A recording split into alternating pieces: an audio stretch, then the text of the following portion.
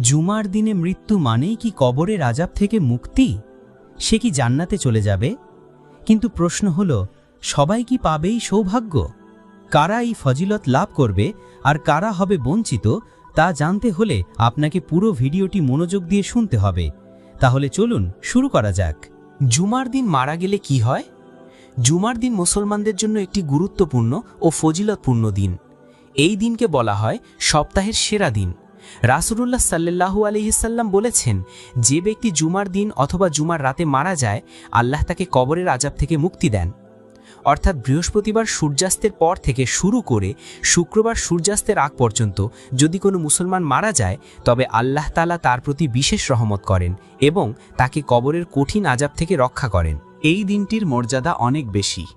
এই দিনেই হযরত আদম আলাইহিস সালামকে সৃষ্টি করা হয়েছিল, এই দিনেই তাকে জান্নাতে প্রবেশ করানো হয়েছিল এবং এই দিনেই জান্নাত থেকে বের করে দেওয়া হয়েছিল। এমনকি কিয়ামতও ঘটবে এই জুমার দিনেই। তবে মনে রাখা জরুরি, জুমার দিনে মারা গেলেই যে কেউ জান্নাতে যাবে তা নয়। ফজিলতের জন্য দরকার সঠিক ঈমান, আল্লাহর উপর ভরসা এবং নেক আমল নিয়ে মৃত্যুবরণ করা। যদি কেউ গুনাহগার, কাফের বা মুনাফিক হয়ে মারা যায়, তবে জুমার দিনের মর্যাদা তার কোনো কাজে আসবে না। আল্লাহ আমাদের সবাইকে ঈমানের সাথে মৃত্যু দান করুন এবং আমাদের কবরের আযাব থেকে হেফাজত করুন। জুমার দিনের মর্যাদা যেন আমরা উপলব্ধি করি।